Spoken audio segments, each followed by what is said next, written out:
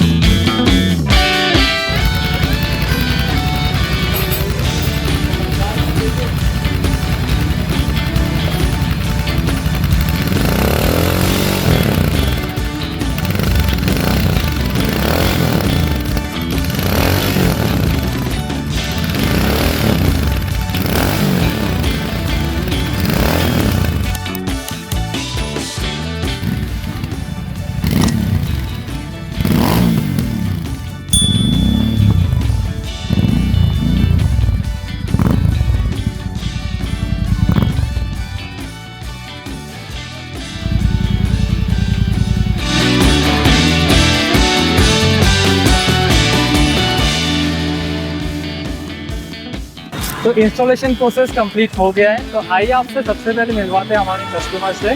तो सर आपका नाम क्या है? मेरा नाम आदित्य राज है। Okay, hello निशो।